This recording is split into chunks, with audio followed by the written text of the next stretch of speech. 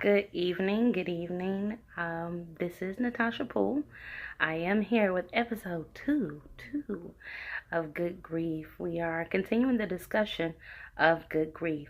And today, or tonight, this afternoon, this evening, whenever you're listening, I would like to discuss a very important subject for me. And I hope that you all are encouraged and uplifted by this segment. I would like to call this What About the Children? What About the Children? And so this was inspired by a picture that I saw this morning on Instagram. I was on Instagram. How many are on IG? I'm used to a live video, so we're just going to pretend that this is live, okay? All right, so I was watching a video on IG, and it was a video of Kim Fields, the actress, I know how to speak, the actress, and Bernice King, Dr. Bernice King. And the video grabbed me, or the picture, it grabbed me.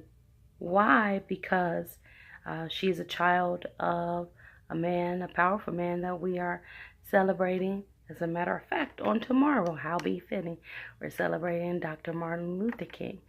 That was her father. And she was just a toddler, not a toddler, but she was a young child when he passed. She was just 5 years old when her father was assassinated. And I thought about it because my own child, my youngest daughter, Angelica, was 4 when her father passed, and she turned 5 3 weeks after he passed. And I began to, check out a few things about Bernice King. And just from researching her, and I've heard a lot about her in times past, but I wanted to just go back and look her up and just see a few things. And found out that she discovered and decided that she wanted to follow in her father's footsteps at an early age herself, and she began to walk these things out in her life. And seeing that she was just 17 years old when she was invited to speak to the United Nations, that is a big deal for a 17-year-old woman, a young girl coming into womanhood, who had lost her father to something that he was fighting for. He was fighting for the rights of the people, and the people take his life. But she didn't let that stop her. She didn't let that detour her from what she was inspired and called to do. And as a young widow myself, when Angelica's father passed away, that was a concern of mine. I was very, very worried about what would become of our child, being that she's the youngest, and she, in my mindset, that she wouldn't have any time to, or any memories to go on growing up. What is she going to remember about her father? I would cry about that, and how am I going to raise her to even remember who he is, or to know who he is? And I knew at an early age, we both did, that she was gifted to write and to sing. And when I say write, I mean write songs. She's been doing this since she could talk, and she gets that gift from him. And both of us are into music, but he had the gift of coming up with songs like that. He could rattle it off. And she still has the gift to this day.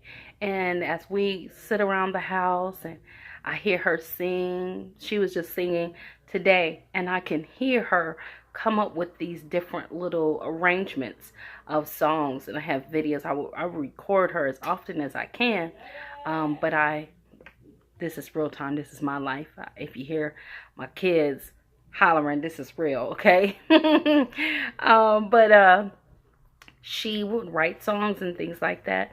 And I would be so impressed by that because I struggle as a singer. I struggle to write lyrics. I always ask people, how do you do that? But right now she's only 9, but that girl could write a song like that. And it can go. And so she gets that gift from her father. Much like Bernice King, I'm sure that the call on her life to do these different things, to speak to mass groups of people, the call to minister is implanted or embedded in her from who her parents were, who her father was. And I'm sure her mother, Coretta Scott King, I'm sure that as a widow woman, that wasn't easy, raising children on your own. And children that was raised during a time that it was still difficult for us.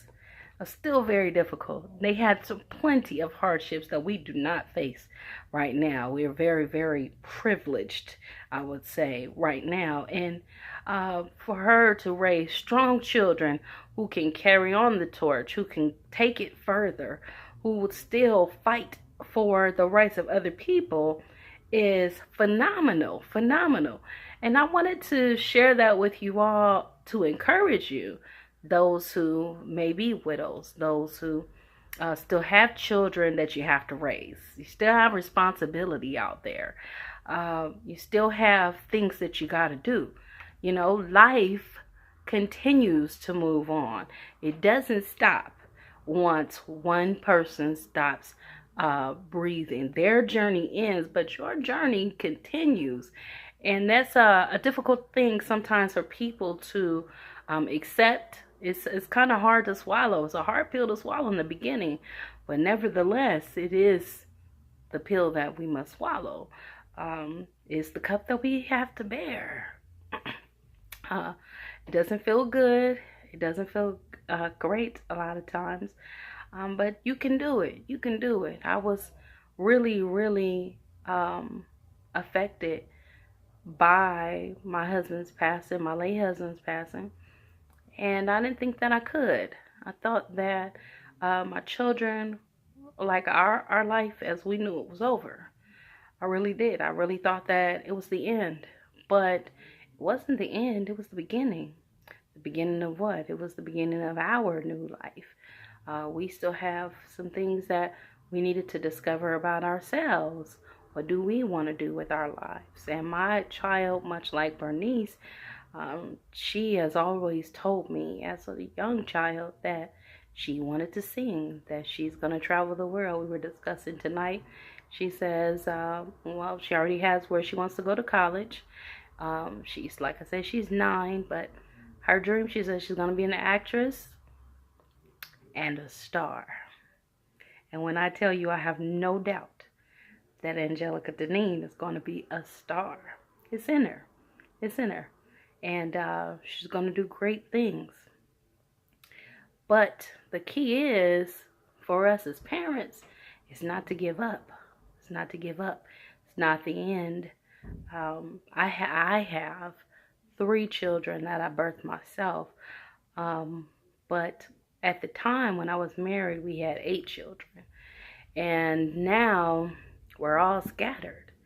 We're all scattered. The 3 older children they have their own lives, and then I have 2 children that we had in our custody and in our care that are with their mother, and they're doing excellent. Talked to my son tonight, and he was at work. He's a senior in high school.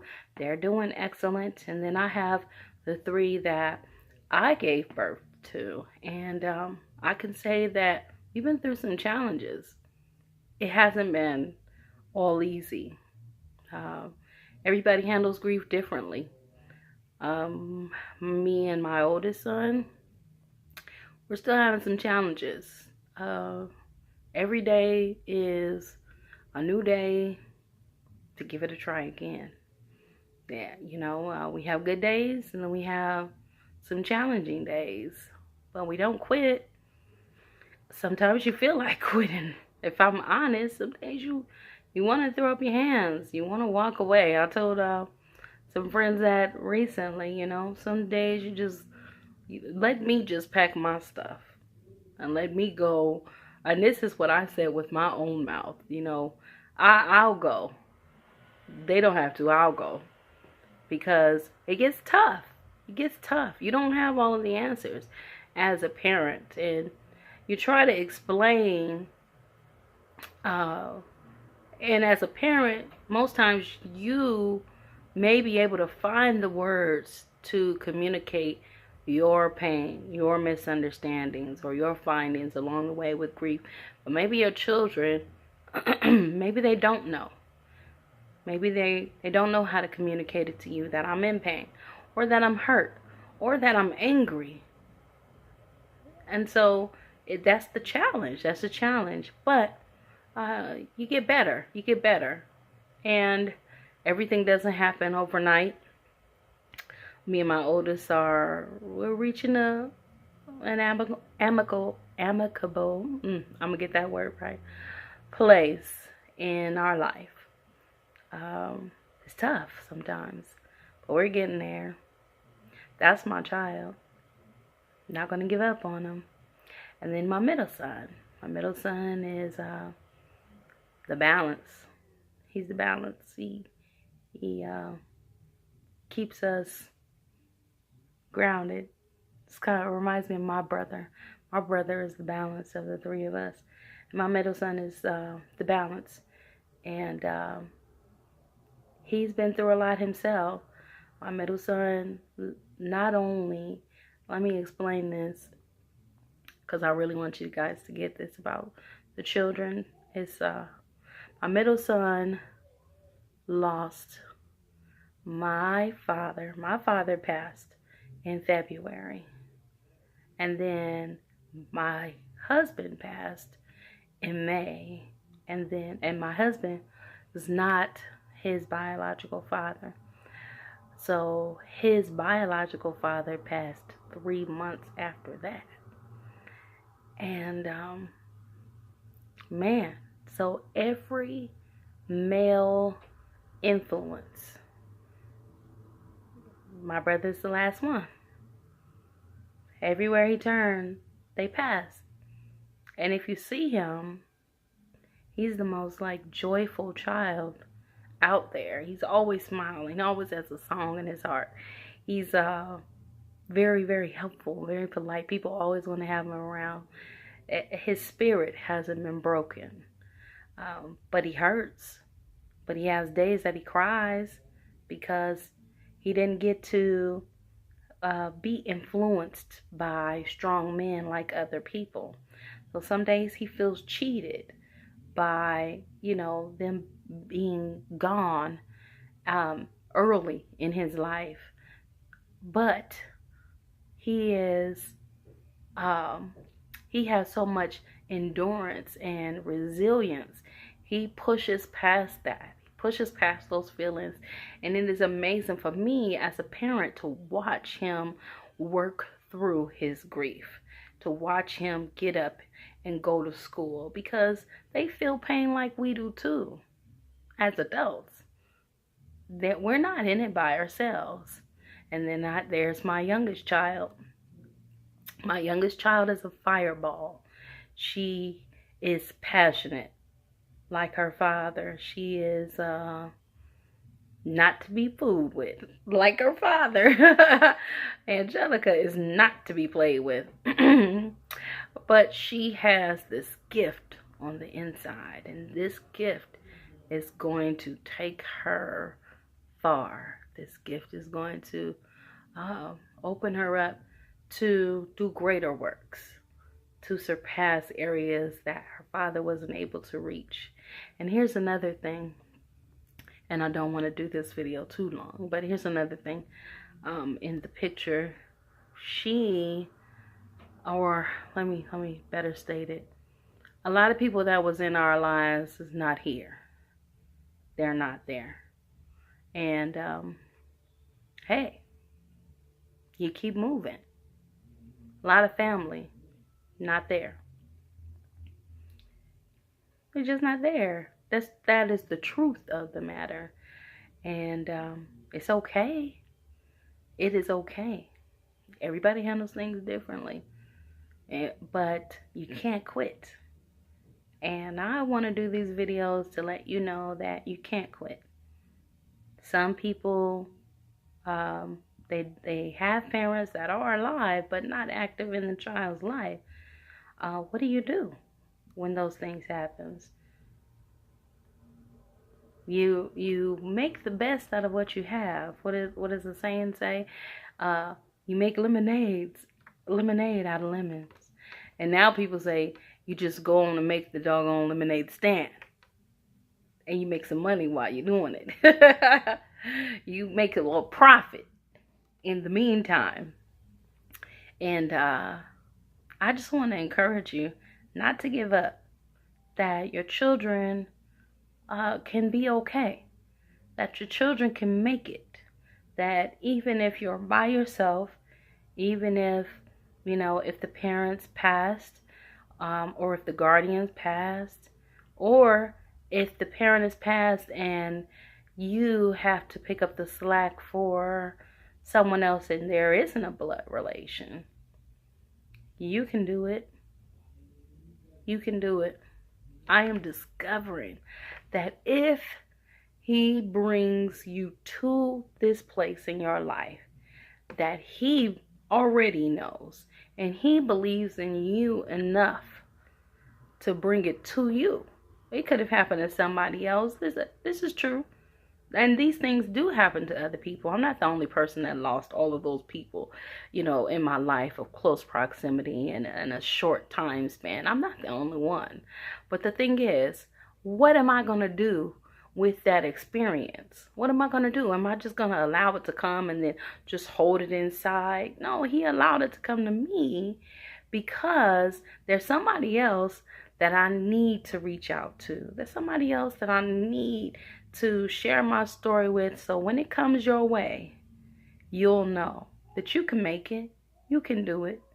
It's been almost 5 years and I'm still here. Man, that makes me happy right there. I ain't gonna cry on this. I think I cried on the first one. But I'm still here. My children are still here. All of them. We may be in different places, but we're still here. We still have love. We still have plenty of life to live. And we're not gonna give up. Don't give up on your children.